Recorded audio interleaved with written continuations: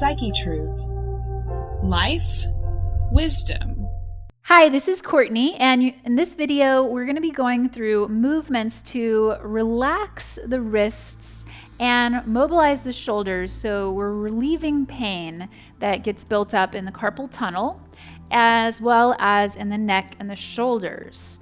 And we're building strength to support our body, and actually in the end of the video, we'll be doing a handstand. So if you're experiencing more severe pain or acute pain in the wrists and the neck, you can just watch the grand finale.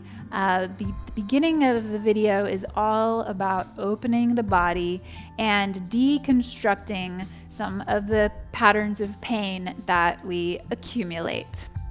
So I'm starting in a comfortable seat, and I'm going to take my fingers together, creating a clasp. So my wrist creases are going to come together.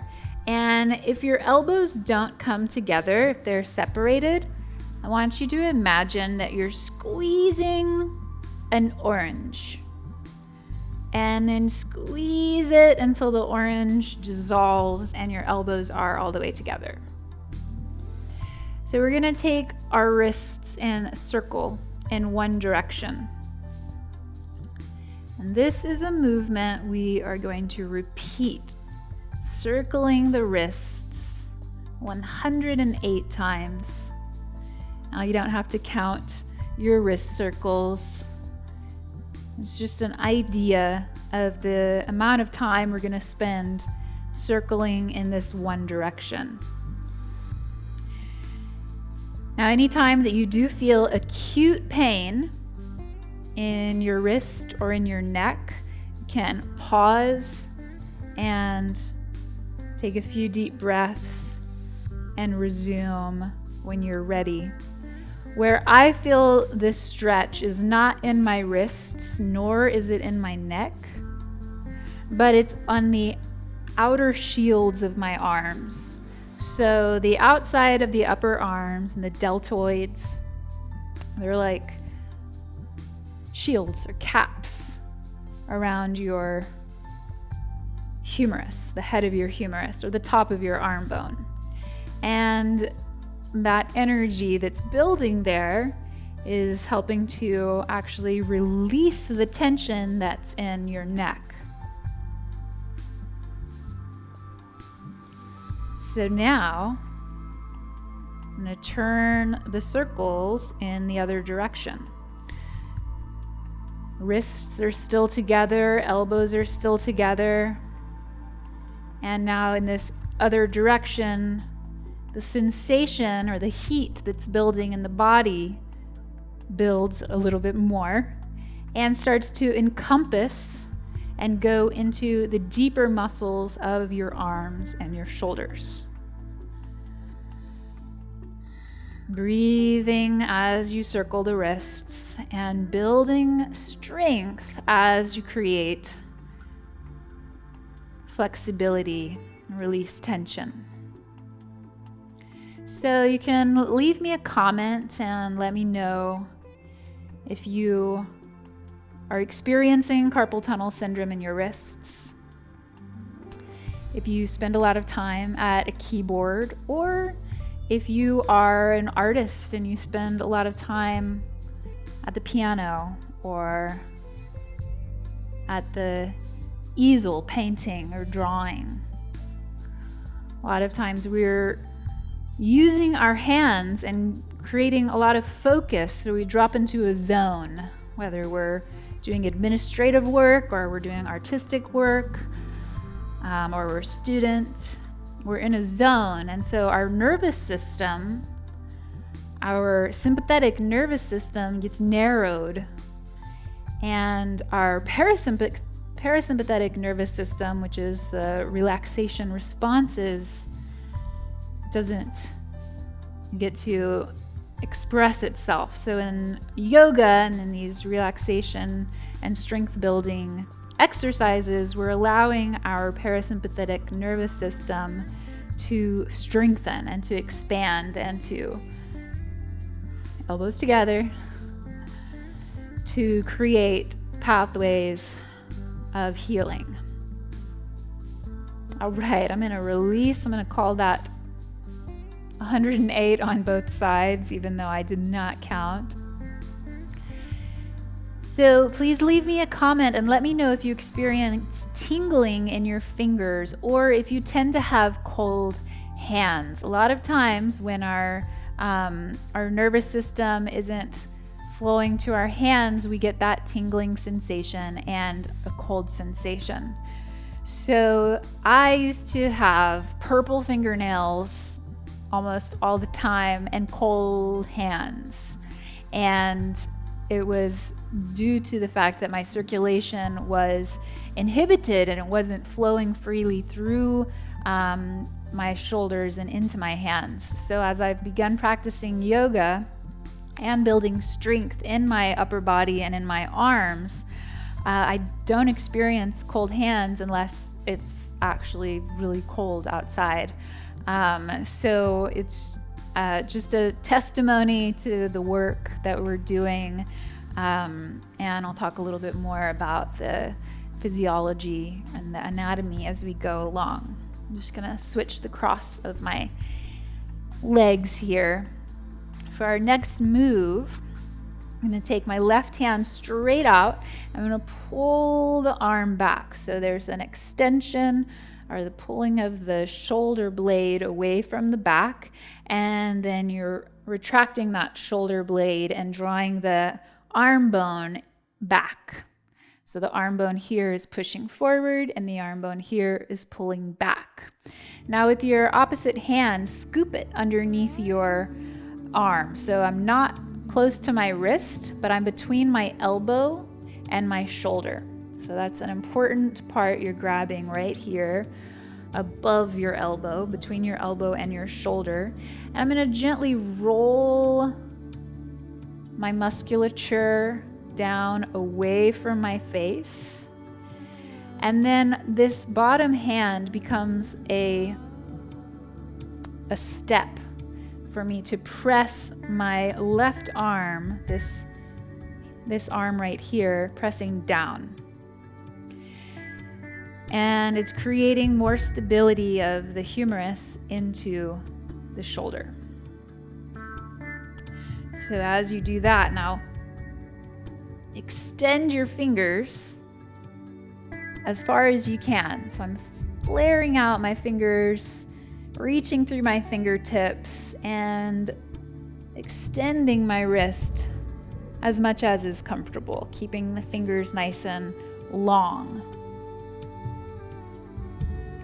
And then I'm going to relax that and bend my elbow to pull my hand on top. So I'm just stacking my arm and still here. I don't want my shoulder to roll off of my back. So I'm keeping my shoulder rolled in and my arm tucked back.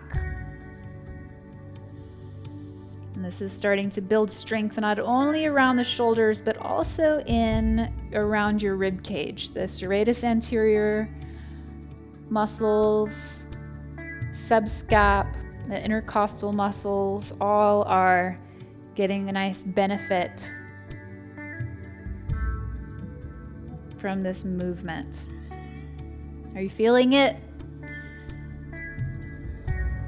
So I'm going to release my hand now and bring my arm in front of my body. Still have my right hand clasping my arm.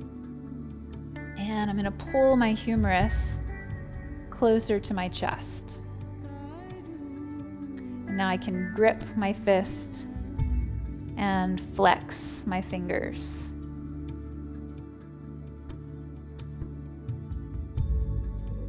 The neck should be nice and relaxed and free of tension. You want to pull your shoulder blade away from your ear. And then again, release it in front of you. And out to the side. I'm bending my elbow.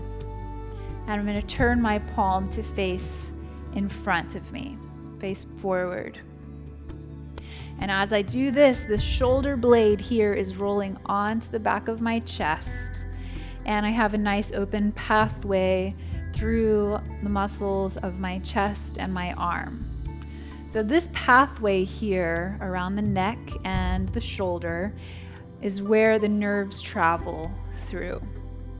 So when our muscles are impinging the nerves from typing or doing whatever craft we're involved in, and our nervous system is streamlining into a very focused state, very alert state, these nerves can get blocked.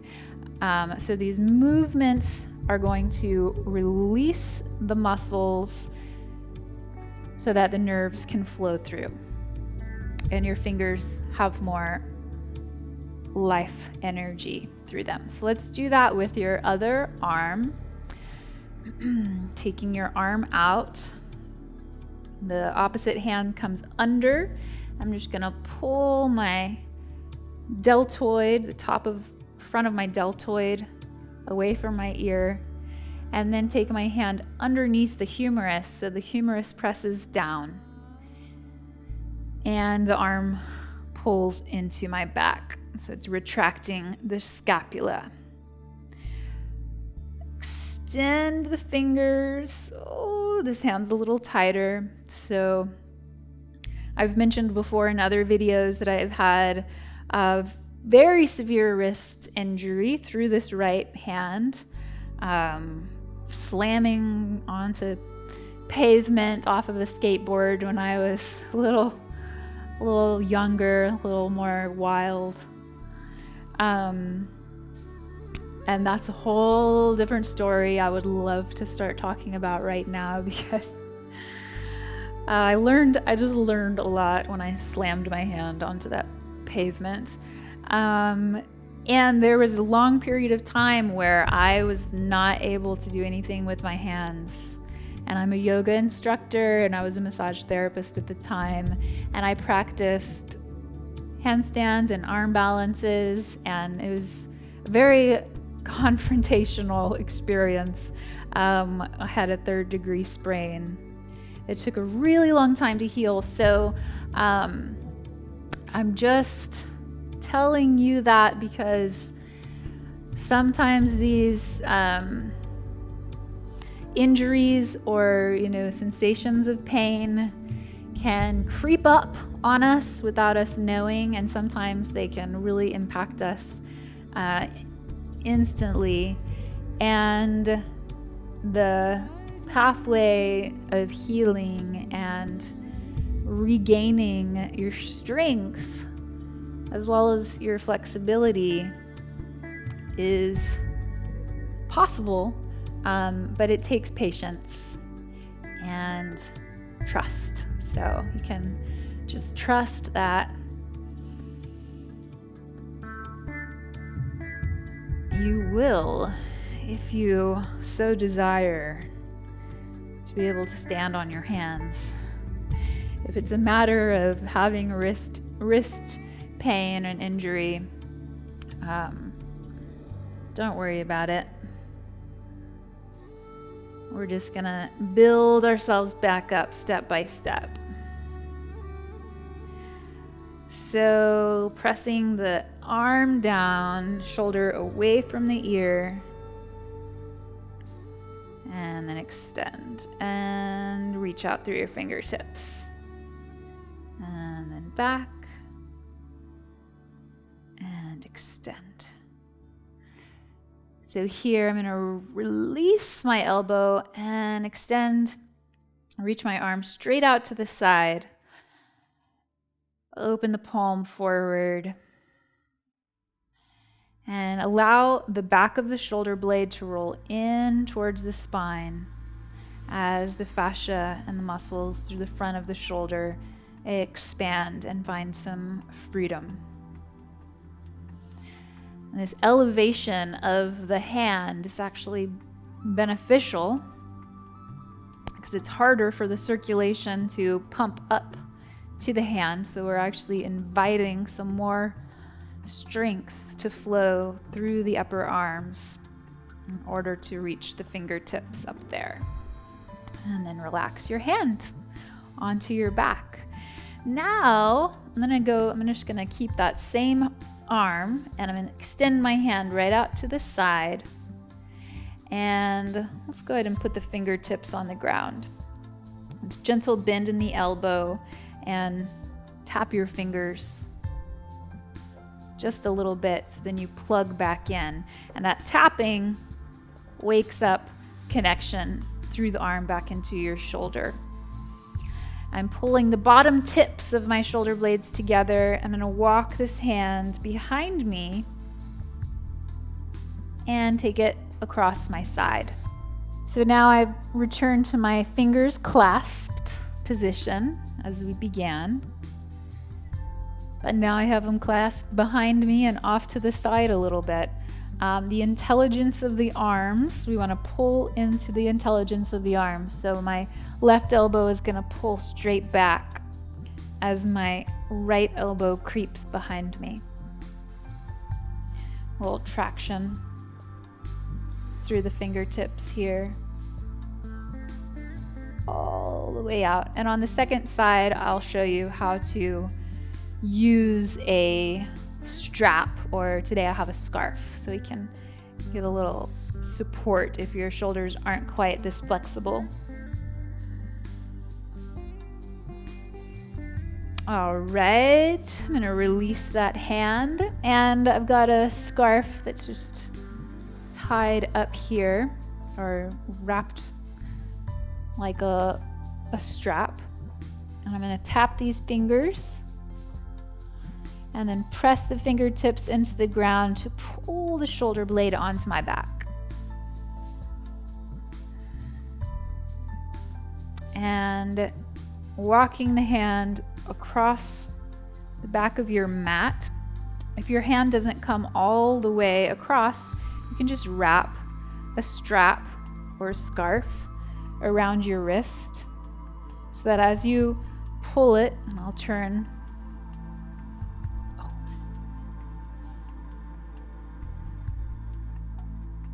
As you pull your hand across, you have the strap.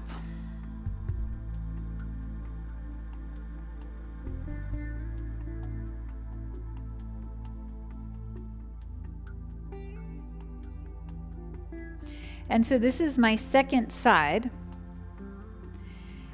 and I've got the strap on. So I'm going to go ahead and show you how we're going to pull the hand up the back.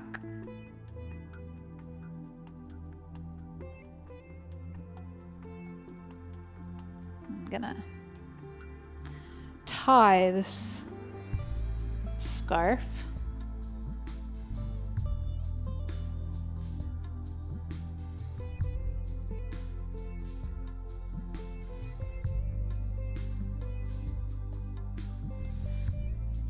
So now the thumb's right in between the shoulder blades. And I'm just gonna slide it up. As my wrist slides up, my elbow draws in towards the rib cage. And now with this bottom hand, I'm going to clasp whatever I can get a hold of. So right now I'm clasping onto this strap because we want to create that flexion in the fingers, and that grip through the hand.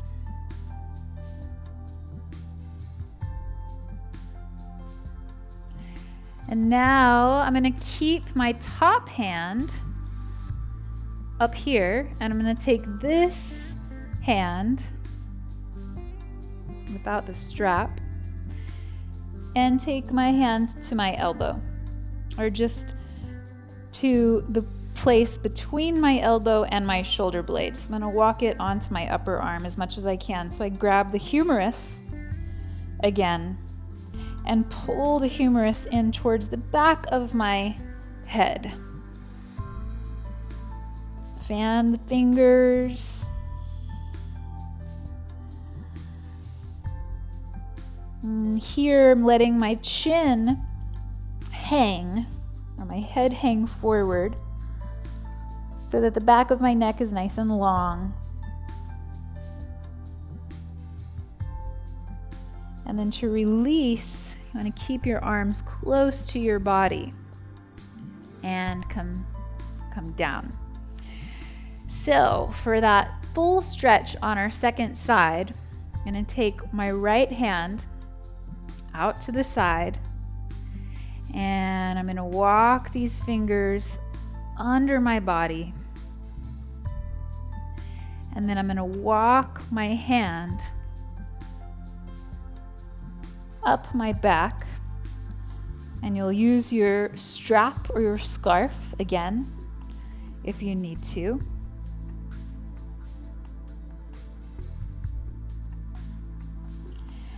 Fingers are fanned, and you can also now grip your fingers, clasp your hand, and then fan. If you'd like to, take the top arm into the stretch. You're going to reach your elbow up to the ceiling and bring your fingertips down to clasp.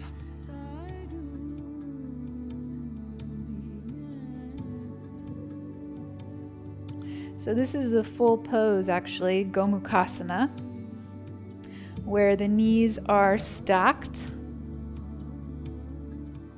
My right knee is on top, and my left elbow is lifted to the ceiling. The right elbow is tucking into my ribs, and the fingers are clasped behind the back.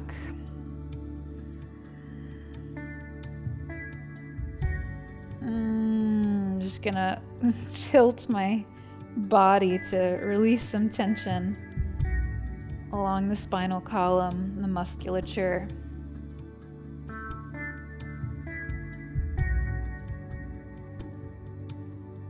Intensifies the stretch if you fold forward. So I don't want the elbows to fall to the ground. I want the elbows to lift away from the ground. Resist the pull of gravity. And then rise. Release that clasp.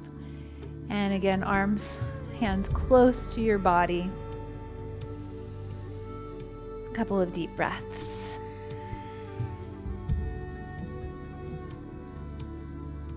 Okay.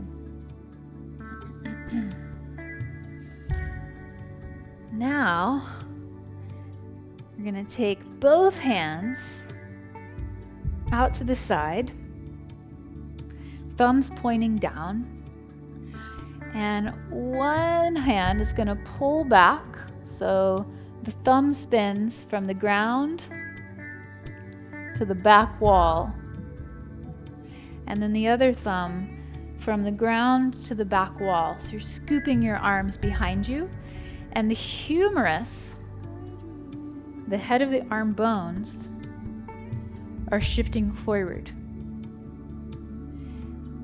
You can pull them gently back, not by pulling the arms back. The humerus, the arm bones are pulling forward, and I'm lifting my rib cage. So it's a pretty significant stretch. And now what happens is I fold the back of my palms onto my back. So I'll turn around so you can see that again. We have the thumbs pointing down and then scooping back, lifting up through the rib cage and folding the back of the hands onto the back of your body. And then pinky fingers, ring fingers, middle fingers, index fingers, thumbs, and the crease of your wrists connect.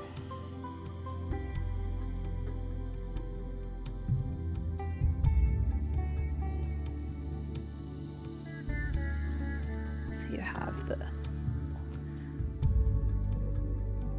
reverse prayer behind your heart.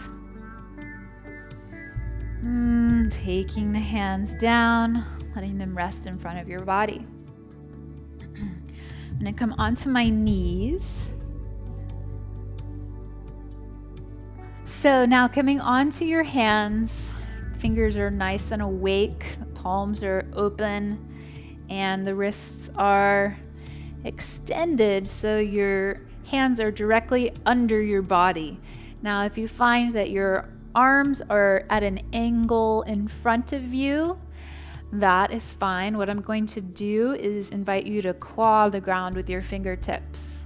So that's going to help your wrists extend a little bit more, because we're actually engaging the extensors on the underside, the soft part of our forearm and our wrists. And then replant your hands down and walk your knees in so that your hands are directly under your body, under your shoulders. You want to press down not only through the wrists, but you really want to press down through the knuckles here, interphalangeal joints.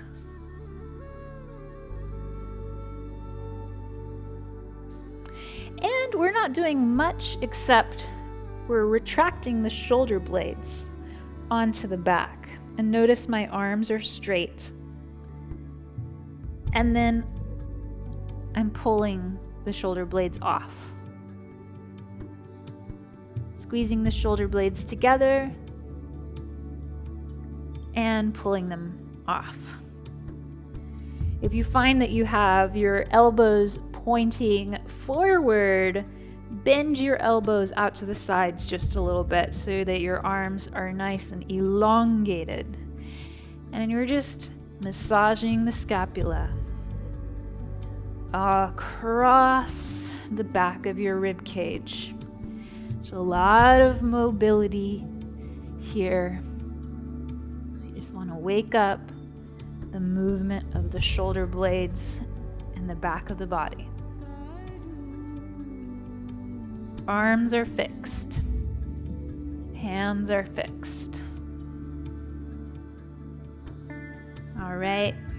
Standing onto your shins. Hands to your hips. Slide your elbows behind you. You can tuck your toes if you need more of a grip, more of a stability, or point your toes. I'm going to go into Ustrasana, Camel. So we're working with the opening of the rotator cuff, squeezing the shoulders along the back of the chest.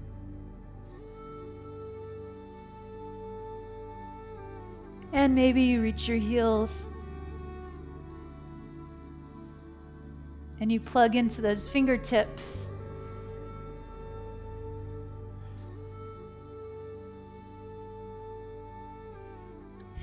And as your arms trace back behind you and you're plugging into your fingertips, you're extending your spine from the tailbone, which tucks, to the crown of your head that reaches towards the wall behind you. And then you can come up.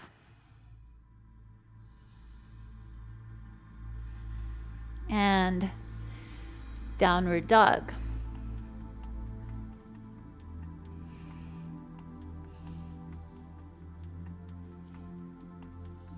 Take a low lunge or a high lunge here, and simply let your arms hang beside your body. As you lift your shoulders up to your ears and roll them onto your back. And remember the little yoga push-ups we did on our hands and our knees. Really work the scapula, pulling off of your back and back close together. We're not going to do 108, but maybe 54 on each side.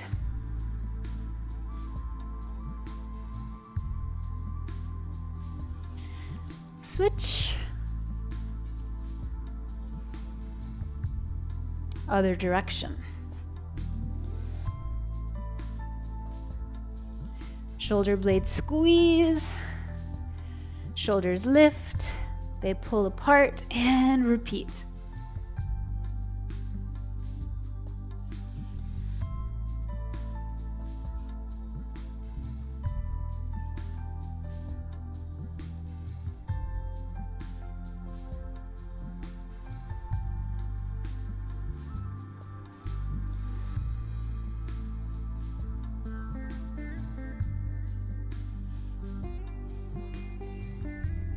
Five, 4, 3, 2, 1, 0.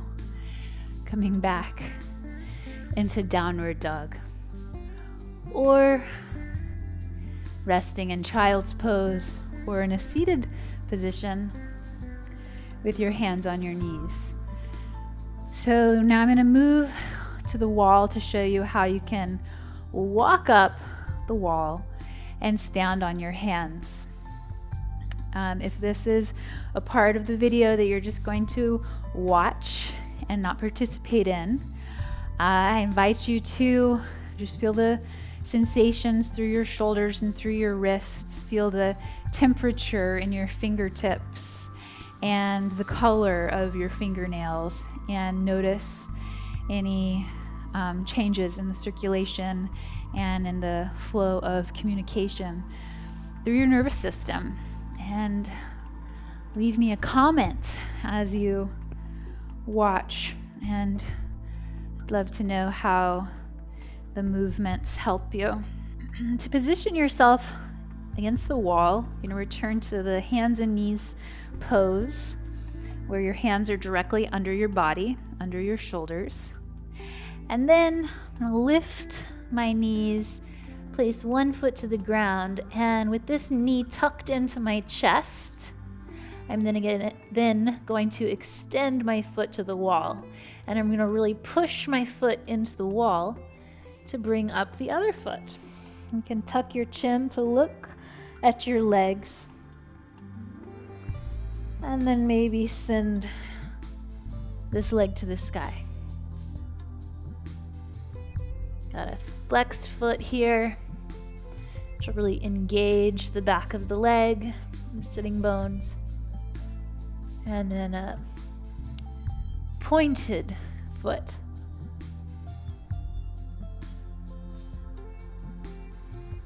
Come back down. Return to the starting position. And to relax your hands in between sides, come up onto your fingertips. Breathing in and then breathe out. Replant your palms. So opposite knee is going to tuck into your chest and then reach back to the wall. You're going to actually push the wall with your foot so that your hips lift. They take lift off and your hips are right over your hands. So I'm keeping my wall foot firmly planted.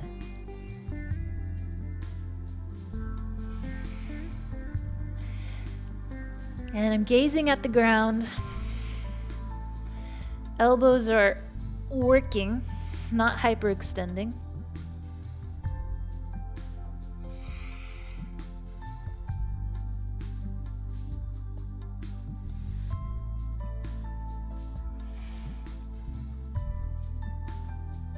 And you come back to the position you started with on your fingertips. Press into your fingertips. And then I'm going to take the backs of my hands onto the ground beside my feet. Bend the elbows gently out to the side and dangle my head. If you want a more intense stretch for your wrists, you'll slide your hand under your feet so that your toes come right up to the crease of your wrists. And here you're going to step into your toes as well as your heels pull your thighs back, pull your chest forward, and then gently bend your elbows to fold in.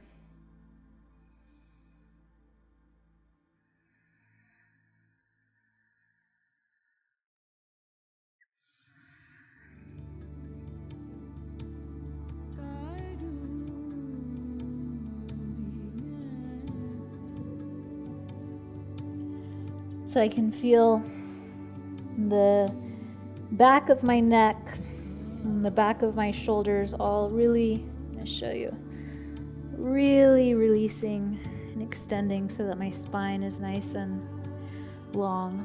If you want to accentuate that feeling, interlace your fingers, the base of your skull. And you can do this in child's pose as well.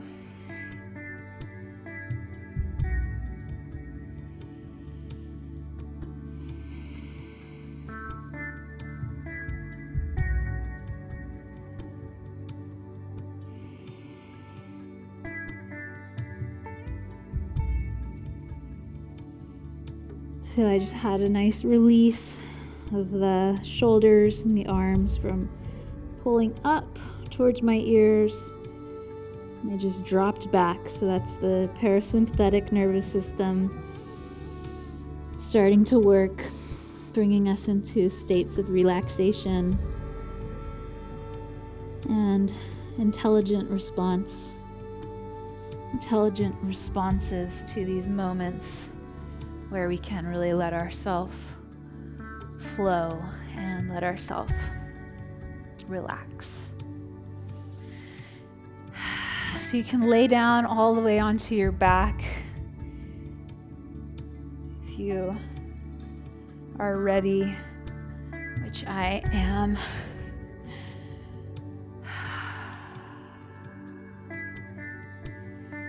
And take a few moments, just feeling the weight of your arms supported and really resting into the ground.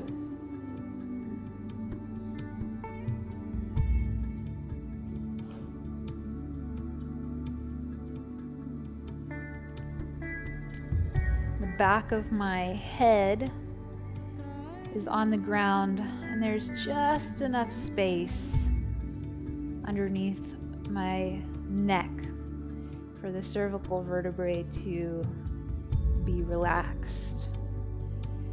If we were in a more active position, for example, tucking the knee in or going into a hip opener, the back of the neck would be more planted into the ground, but in a restful state, I'm going to have the back of the head, the shoulder blades, the sacrum, the back of the knees and the heels resting on the ground.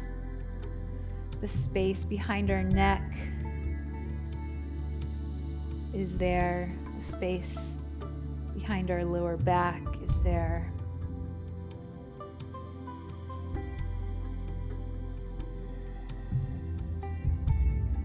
And then we'll come up into a seat.